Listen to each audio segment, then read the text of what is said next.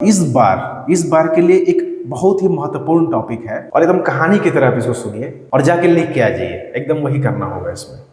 बचपन में हम लोग खेलते थे, दो ईंट अगर खेले होंगे गांव में, तो एक बच्चा इधर से ईंट रगड़ रहा है और दूसरा बच्चा इधर से ईंट को ले जा रहा है। जब दोनों ईंट आपस में टकराता था तो यहाँ का जो मिट्टी है बीच का, वो उठ करके ऊपर चला आता था। जोहार दोस्तों, आप सबका स्वागत है नौकरी वाले भैया में।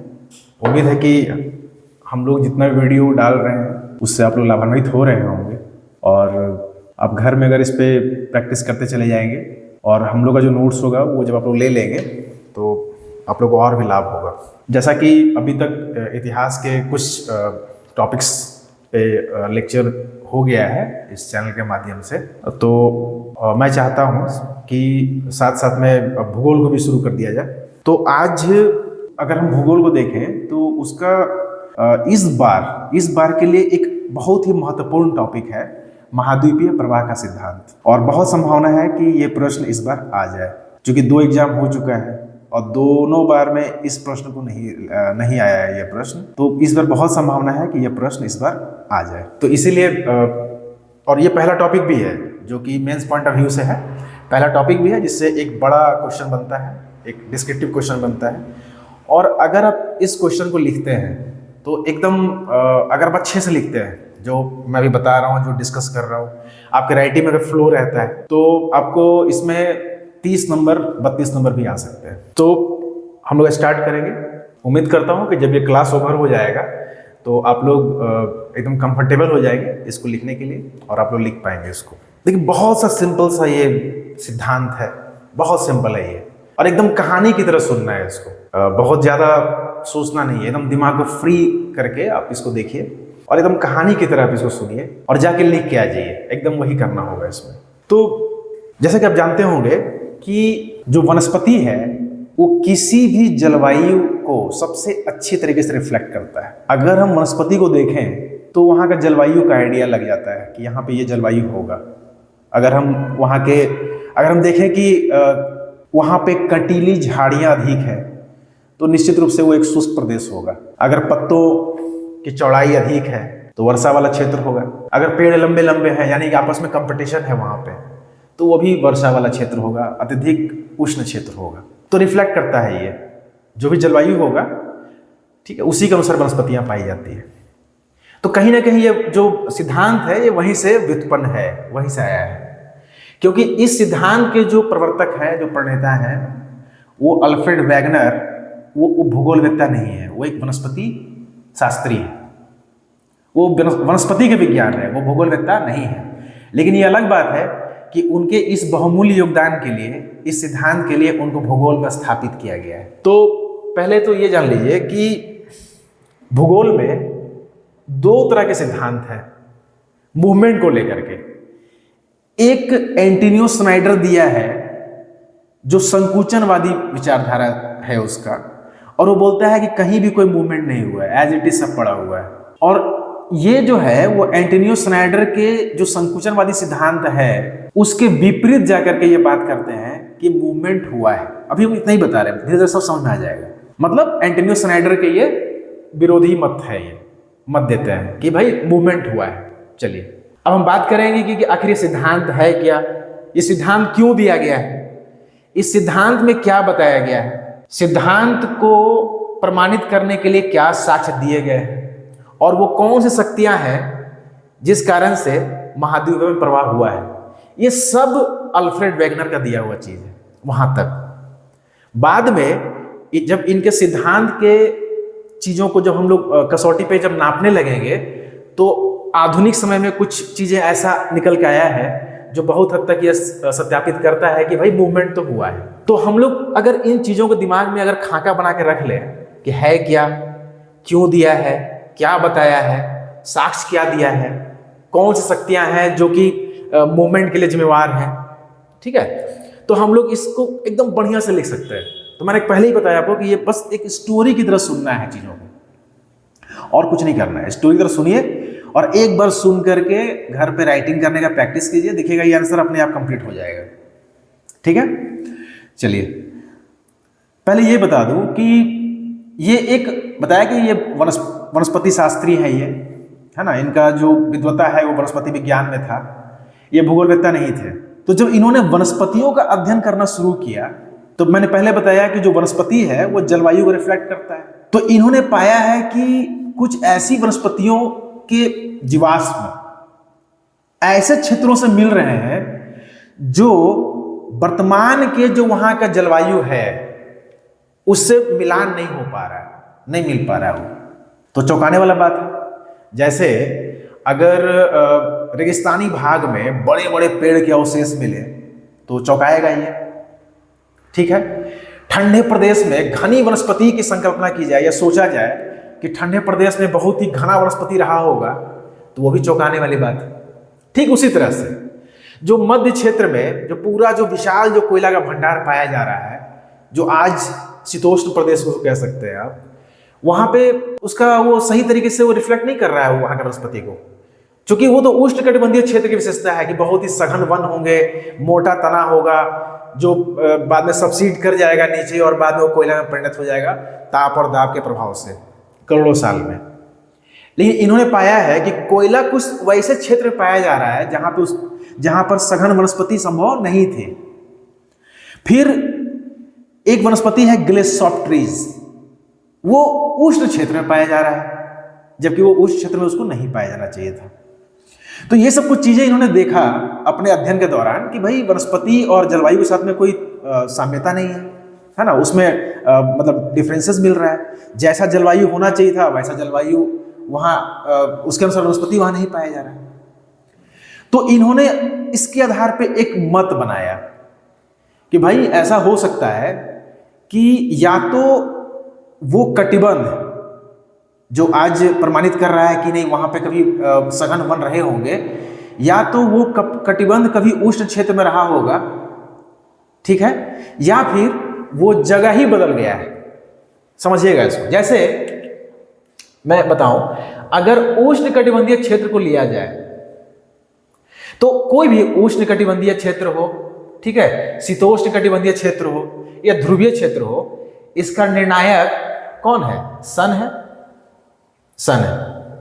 अगर हम ये कह दें कि कभी सन जो है, सूर्य है, वो ध्रुवीय क्षेत्र में लंबवत रहा होगा तो निश्चित रूप से यहाँ पे बर्फ तो नहीं होगा, बल्कि जो आज जो विशेषता है उष्णकटिबंधीय क्षेत्र का वो इस ध्रुवीय क्षेत्र में पाया जाना चाहिए।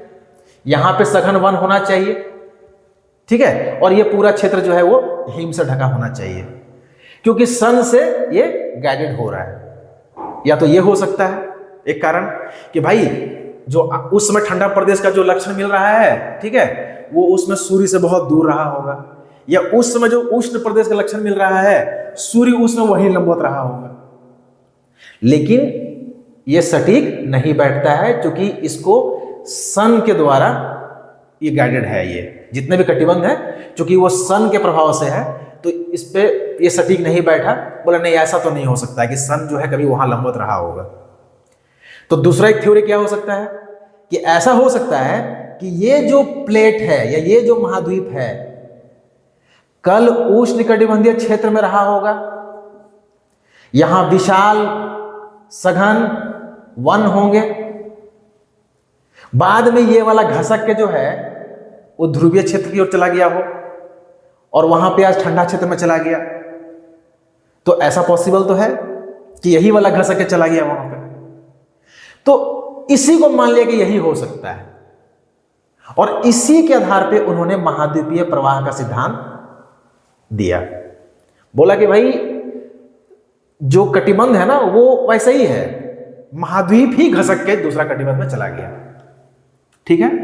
तो सीधा सा अर्थ है कि जब इन्होंने वनस्पति का अध्ययन करना शुरू किया तो पाया कि जैसा जलवायु है आज के टाइम पे वैसे वनस्पति के साक्ष्य या जीवाश्म नहीं मिल रहे हैं। तो इन्होंने माना कि भाई महाद्वीपों में ही विस्थापन हो गया है, ठीक है, कभी वो जलवायु के सापेक्ष रहे होंगे लेकिन आज वो घसक के कहीं और चले गए, ये इन्होंने मान लिया। अब दूसरा चीज था कि भाई ये क्या बताया, ये इसमें क्या बताने की कोशिश किया।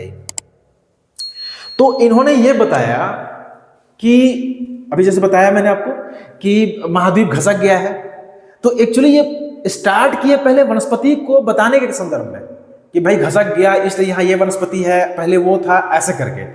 लेकिन इसको बताने के क्रम में इन्होंने कई प्रकार के भौगोलिक चीजों को बताने का प्रयत्न कर दिया। मतलब वनस्पति बताने के साथ साथ में भूगोल के संदर्भ में भी कई सारी बातों को रखा।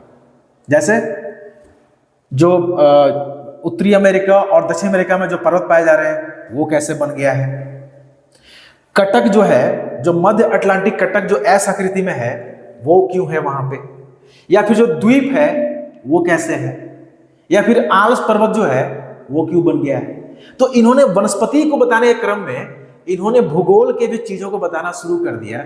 यही कारण है कि एक वनस्पति शास्त्री होने के बावजूद भूगोल में इन्हें स्थापित किया गया है। ठीक है, और अभी मैं बताऊंगा कि कैसे कैसे उन्होंने क्या क्या बताया है। आप लोग अच्छे से इसको देख लीजिएगा और फिर इसको प्रैक्टिस कीजिएगा घर में। और बाकी कंप्लीट जो नोट्स है वो मैंने बताया पहले भी कि वो आपको मिल जाएगा। ठीक है, चलिए। तो सबसे पहले ये मानते हैं कि जो पूरा जो ग्लोब है उसे दो भाग में बटा हुआ है, एक जल क्षेत्र है और एक जो है वो स्थल क्षेत्र है।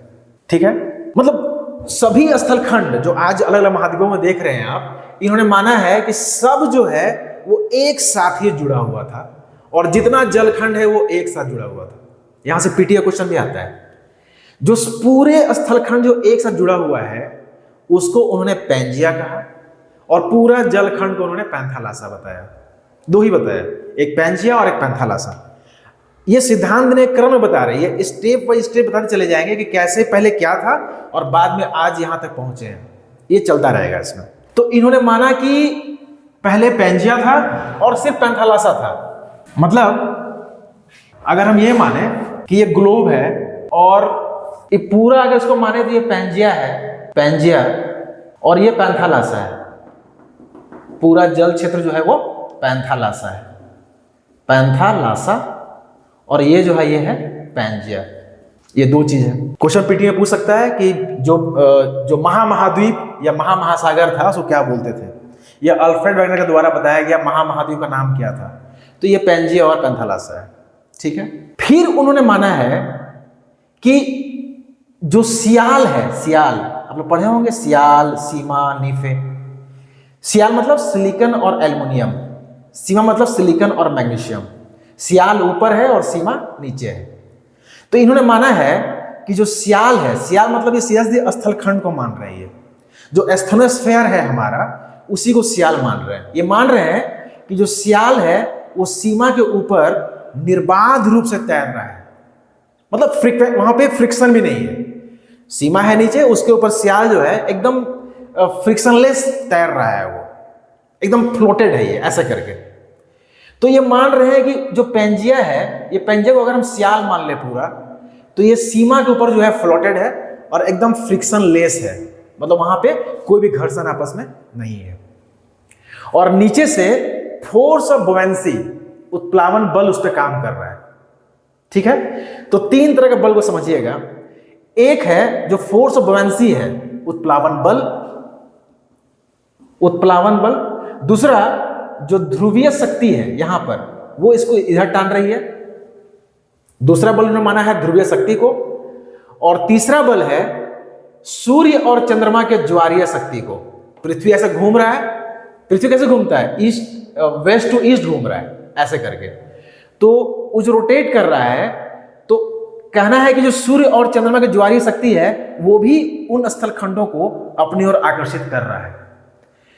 उत्तरी ध्रुव भी आकर्षित कर रहा है और नीचे से फोर्स ऑफ बुओयेंसी भी लग रहा है। ये तीन शक्तियों को इन्होंने बताया है। तीन शक्ति इंपॉर्टेंट है, आप जान लीजिएगा। फोर्स ऑफ बुओयेंसी, ध्रुवीय शक्ति, उत्तरी ध्रुवीय शक्ति, दक्षिण में नहीं, ये मान रहा है कि उत्तरी ध्रुवीय शक्ति ज्यादा इफेक्टिव है, और सूर्य और चंद्रमा का ज्वारीय शक्ति। इन सब के चक्कर में ये जो पैंजिया है, इन्होंने माना है कि ये पहले दो भागों में बट गया। दो भाग में। ये कब बटा? कार्बोनिफेरस काल में पैंजिया दो भाग में बट गया। ठीक है,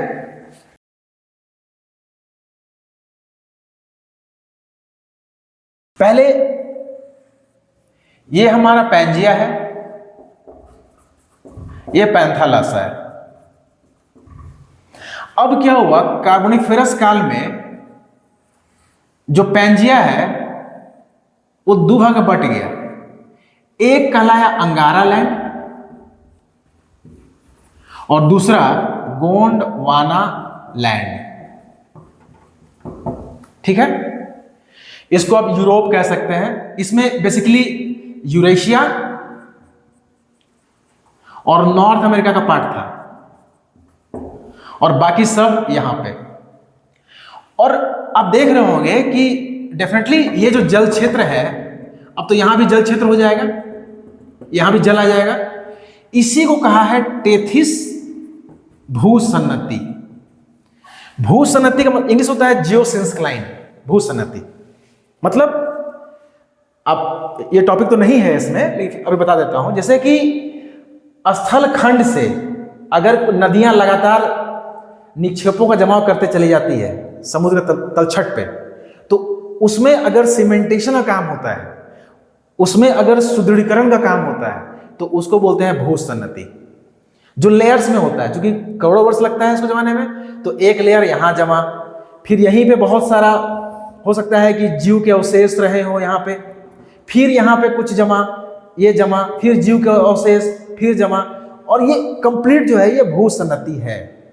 और बाद में इसी भूसन्नति देखते होंगे कि ड्रिल किया और यहाँ जो अवशेष था उससे पेट्रोलियम निकाल लिया, बाद में पेट्रोल में कन्वर्ट कर दिया हो, तो ये जियोसिंक्लाइन है। तो टेथिस भूसन्नति का निर्माण कैसे हुआ? तो अंगारा लैंड और गोंडवाना लैंड के आपस में बढ़ जाने के कारण वहां पर टेथिस भूसन्नति का निर्माण हुआ है, जो कि आप जानते होंगे कि हिमालय के निर्माण के लिए वही इंपॉर्टेंट है। अब वो हिमालय बाद में जब हम लोग करेंगे हिमालय का निर्माण, तो बताया जाएगा कि कैसे इस भूसन्नति के द्वारा हिमालय का निर्माण हुआ है। या सीधा बता देता हूं, बचपन में हम लोग खेलते थे, दो ईंट अगर खेले होंगे गांव में, तो एक बच्चा इधर से ईंट रगड़ रहा है और दूसरा बच्चा इधर से ईंट को ले जा रहा है। जब दोनों ईंट आपस में टकराता था, तो यहां का जो मिट्टी है बीच का, वो उठ करके ऊपर चला आता था। बस यही चीज है, यही कंसेप्ट है। एक प्लेट ये है, एक प्लेट ये है, और यहां पे भूसन्नति है। जब दोनों आपस में टकराने लगे, तो भूसन्नति जो है वो फोल्ड होकर के ऊपर उठ गया, और यही जो है आप देखेंगे तो फोल्डेड माउंटेन रूप में कन्वर्ट कर गया है। यही कारण है कि जितने भी फोल्डेड माउंटेन है वो सब कहां पे हैं? तो सब दो प्लेटों के बीच में ज्यादातर। ठीक है, खैर ये अलग टॉपिक है, यहां बताता हूं मैं आपको। तो इन्होंने माना है कि पहले तो जो पेंजिया है वो अंगारा लैंड और गोंडवाना लैंड में कन्वर्ट कर गया। ठीक है, लास्ट ईयर में एक क्वेश्चन आया था पीटी मेंस में ही कि जो पेंजिया है उसका प्रसार किधर हुआ है। उसमें ऑप्शन था उत्तर की ओर और पश्चिम की ओर, उत्तर की ओर और पूरब की ओर, ऐसे करके था। तो देखिए ध्यान से, यहां पे जो गोंडवाना लैंड है इसमें मूवमेंट नहीं हुआ है, ये यही पड़ा हुआ है, और जो अंगारा लैंड है वो ऊपर की ओर खिसका है उत्तरी ध्रुव की शक्ति के कारण। ठीक है, और यहीं पे है। और अगर देखा जाए तो आज का दक्षिण ध्रुव जो है, ठीक है, वो नटाल के पास था, नटाल। इसमें कौन कौन सा है? इसमें आप देख सकते हैं, इसमें भारत है, मेडागास्कर है, पूरा अफ्रीका है, दक्षिणी अमेरिका है और ऑस्ट्रेलिया है। ये सब गोंडवाना लैंड का पार्ट है। और इसीलिए आप जानते होंगे कि जो झारखंड को बोला जाता है कि गोंडवाना लैंड का पार्ट है, वो इसी कारण से है, क्योंकि झारखंड इसी का पार्ट था, इसीलिए गोंडवाना लैंड का पार्ट इसको माना जाता है। तो एक तो इसका उत्तर की ओर इसका प्रसार हुआ। ठीक है, फिर क्या हुआ कि सूर्य और चंद्रमा के ज्वारीय शक्ति के कारण इसमें भी क्रैक्स आया और इसमें भी क्रैक्स आया, दोनों में, अंगारा लैंड में भी और गोंडवाना लैंड में भी। और चूंकि ये ईस्ट से वेस्ट मूव कर रहा है, तो सूर्य और चंद्रमा के ज्वारीय शक्ति के कारण ये पश्चिम को मूव किया और ये पश्चिम को मूव किया, और यहां से उत्तरी अमेरिका इधर चला आया और यहां से दक्षिणी अमेरिका इधर चला आया। ठीक है, ये दो भाग हो गया। तो अब क्या हुआ? अब ये चार भाग में बढ़ चुका है, उत्तरी अमेरिका, दक्षिणी अमेरिका, यूरेशिया, और इसमें अभी भी संबद्ध है अफ्रीका, मेडागास्कर, ऑस्ट्रेलिया और इंडिया। और बाद में यहां से ऑस्ट्रेलिया भी चल जाएगा इधर, मेडागास्कर यहीं रह जाता है लगभग, आप देखोगे अफ्रीका में वहीं बगल में है, और इंडिया जो है वो भी टूट करके आगे की ओर बढ़ेगा। और जब बढ़ करके जब यूरेशियन प्लेट में टकराएगा, तो उसी समय टेथिस भूसंनति में जो वलन होगा उसी से वहां विशाल हिमालय का निर्माण होता है, जो हिमालय के निर्माण के दौरान पढ़ाया जाएगा। तो इन्होंने यही बताया कि भाई इस तरह की घटना हुआ। पहले पेंजिया जो है वो दो भाग में बट गया, अंगारा लैंड और गोंडवाना लैंड में। बाद में ये फिर उत्तरी अमेरिका, दक्षिण अमेरिका, पश्चिम की ओर चला गया, और बाद में फिर इसी से अफ्रीका, इंडिया, ऑस्ट्रेलिया और मेडागास्कर इससे अलग हुआ। और वर्तमान जो दिख रहा है, जो पूरा ग्लोब दिखता है, वो इसी तरह से हुआ है। इन्होंने ये बताया मूवमेंट हुआ है, लोग घसक घसक के चला गया जगह पे, ठीक है। चलिए अब यहां पर उन्होंने साक्ष्य क्या दिया है कि भाई शक्ति बता दिया उन्होंने कि उत्तरी ध्रुवीय शक्ति है, आपका सूर्य और चंद्रमा की ज्वारीय शक्ति है, और जो फोर्स ऑफ बुएंसी है जिस कारण से इसमें मूवमेंट हुआ है। इन्होंने इसके बारे में व्याख्यान कर दिया। अब इसी व्याख्यान के दौरान इन्होंने माना है, क्या माना है, कि जो उत्तरी अमेरिका और दक्षिणी अमेरिका जब वो पश्चिम की ओर मूव किया तो सियाल के द्वारा और सीमा पे जो घर्षण क्रिया हुई उसी से उत्थित होकर के रॉकी और एंडीज पर्वत का निर्माण हुआ पश्चिम में। तो आप देखे भी होंगे, अगर मैप देखिएगा तो आप देख पाएंगे। चलिए पूरा मैप में बताता हूं। यहां पे अगर आप देखेंगे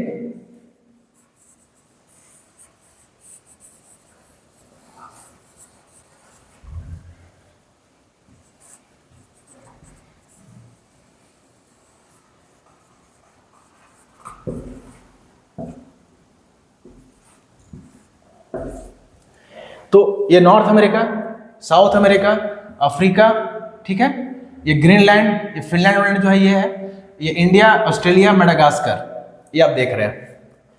तो उन्होंने बताया कि जब वेस्ट की ओर मूव हुआ तो जो सियाल के द्वारा सीमा पे जो संपीड़न लगाया गया, जो घर्षण हुआ, उसी से यहां पर विशाल पर्वतों का निर्माण हुआ। इन्होंने ये माना, ठीक है। अब यही आलोचना का पार्ट बनेगा, बताऊंगा भी कैसे, ठीक है। तो इन्होंने बता दिया कि कैसे बना ये। दूसरा इन्होंने माना कि जिस समय नॉर्थ अमेरिका और साउथ अमेरिका पश्चिम की ओर मूव कर रहा था तो उसी के स्थल खंड का टूटा हुआ टुकड़ा यहां पर अटलांटिक में एस आकृति में रह गया, एस आकृति में, जिसको मानते हैं कि यही आपका क्या है, मिड अटलांटिक रिज, मतलब मध्य अटलांटिक कटक जो है वो इसी धरातलीय भाग का टूटा हुआ खंड है। इन्होंने ऐसा माना, ठीक है, जो थोड़ा सा अवैज्ञानिक है, यही आलोचना में जाएगा। फिर इन्होंने इसी क्रम में बताया कि जो द्वीप हैं वो द्वीप यही सब जो महाद्वीप है इसी का टूटा टूटा खंड है जो जहां तहां पे है, ठीक है। यानी ये व्याख्यान करने चले थे वनस्पति का, उस दौरान इन्होंने पाया कि भाई महाद्वीप में विस्थापन हुआ है, महाद्वीप का विस्थापन बताने लगे, और बताने के क्रम में इन्होंने पर्वतों की उत्पत्ति को बताया, जो मध्य अटलांटिक कटक है उसकी उत्पत्ति को बताया, और द्वीपों की उत्पत्ति को बताया। और इन्होंने माना कि भाई ये इसलिए मूवमेंट हुआ है क्योंकि उत्तरी ध्रुवीय शक्ति, सूर्य और चंद्रमा की ज्वारीय शक्ति, और पृथ्वी का जो घूर्णन जो है वो, और फोर्स ऑफ बुएंसी जो सीमा के द्वारा जो लगाया जा रहा है, उस कारण से ये सब घटित हो रहा है। इन्होंने ये सब सारा चीज बता दिया, ठीक है। तो चलिए ठीक है, अब इसका पार्ट आता है कि ये कितना सही है या कितना गलत है, या इसका आलोचना मूल्यांकन हम लोग कैसे करेंगे, ये चीज पर हम चलते हैं। क्योंकि इससे तो बताना नहीं है, स्टार्ट कैसे करेंगे, ये सिद्धांत क्या है, कौन थे, क्यों दिया, ये संकुचनवादियों के कैसे अगेंस्ट है, क्योंकि बताता है कि मूवमेंट हो रहा है, इन्होंने किन शक्तियों का उल्लेख किया, इन्होंने क्या माना। इन्होंने माना कि पेंजिया था, पैंथालासा था, Pangaea Angara land, Gondwana land बट गया, टेथिस भूसंनति का निर्माण हुआ, फिर पश्चिम की ओर महाद्वीप का खिसकाव हुआ, उत्तरी अमेरिका, दक्षिण अमेरिका का निर्माण हुआ, कटक बन गए, द्वीप बन गए, ये सब इन्होंने बताने का प्रयत्न किया है, ठीक है। चलिए अब हम लोग चलते हैं कि इसका एक तरह से जांच करते हैं। हम लोग जांच नहीं करते हैं, जो विद्वान लोग कर चुके हैं हम लोग यही बताते हैं यहाँ पे। तो इन्होंने जो बताया है उसको ले करके अगर देखा जाए तो बहुत सारी चीजें प्रमाणित हो रही है। जैसे पहला चीज, विद्वानों ने अमेरिका में कैलेडोनियन और हर्शियन जो पर्वत है, अगर इसको हम अमेरिका माने और इसको हम इधर यूरोप माने, तो कैलेडोनियन और हर्शियन पर्वत जो है उसी का क्रम यहां भी पाया है। ठीक है, तो भाई क्रम कब होगा? जब कभी दोनों चिपका हुआ रहा होगा तभी ना क्रम बनेगा। तो एक ये प्रमाण था कि दोनों क्रम उधर ही पाया जा रहा है। दूसरा चीज कि विद्वानों ने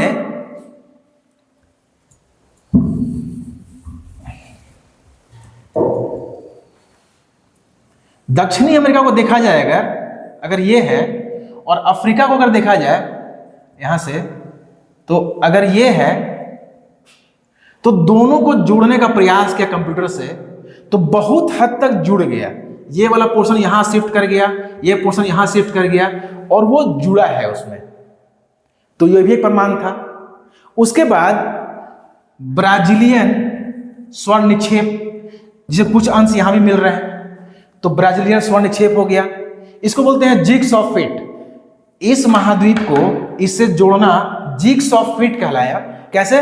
अगर कोई लकड़ी का टुकड़ा ऐसा रहा हो और इसको हम लोग ऐसे करके तोड़ दें और एक खंड इसका ऐसा हो जाए और दूसरा खंड इसका ऐसा हो जाए, तो बाद में जोड़ेंगे तो दोनों आपस में जुड़ जाएगा। That is jigs of fit.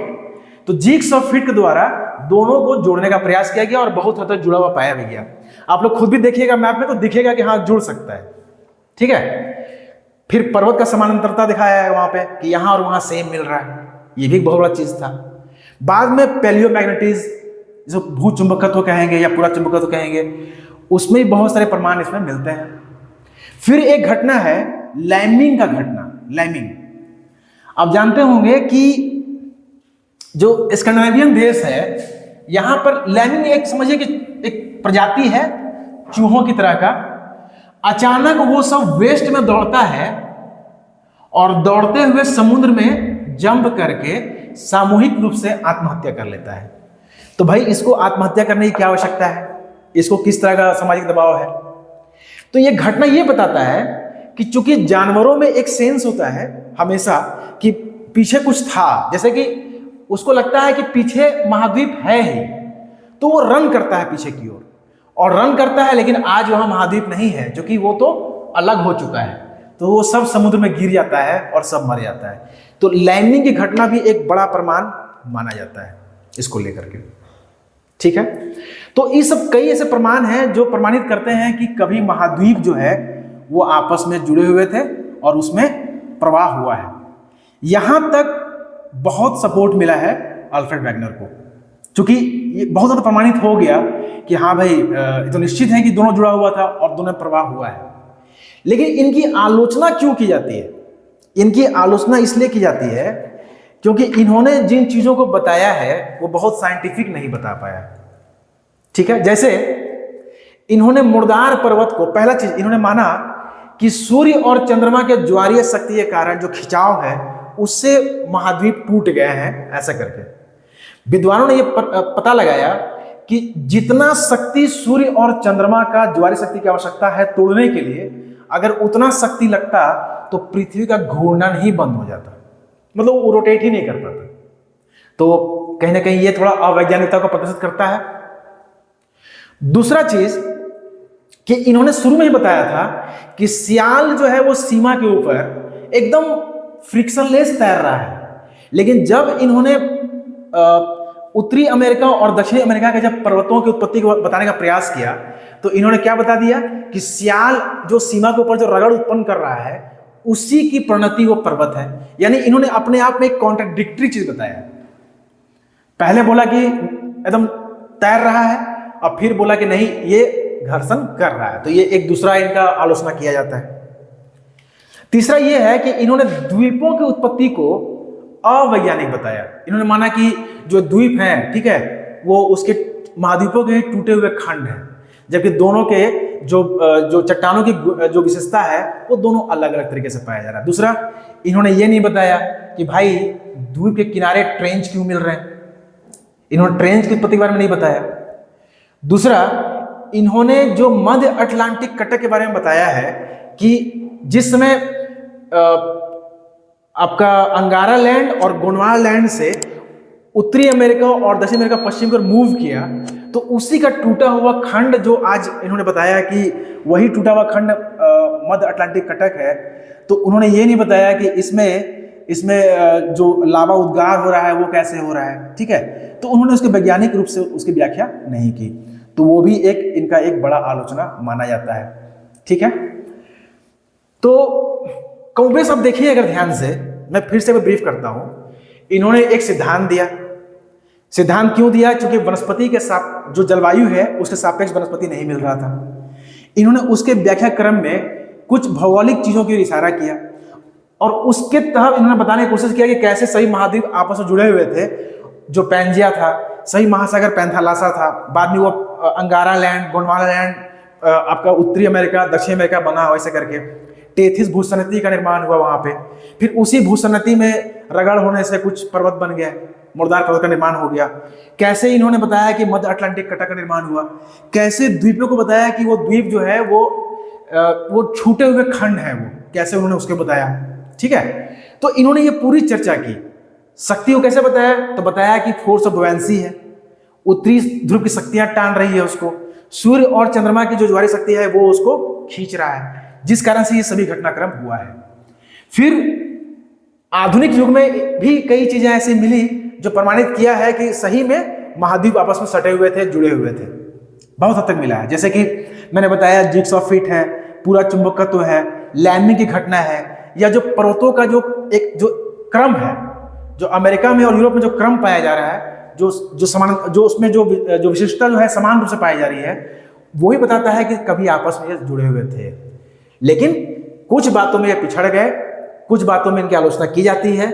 जैसे इन्होंने बोला था कि सियाल सीमा पर निष्पक्ष तौर तैर रहा है, फ्रिक्शन लेस तैर रहा है, लेकिन बाद में इन्होंने कॉन्ट्राडिक्टरी बता दिया कि सियाल सीमा पर रगड़ कर रहा है, जिस कारण से पर्वत बने हैं, पहला।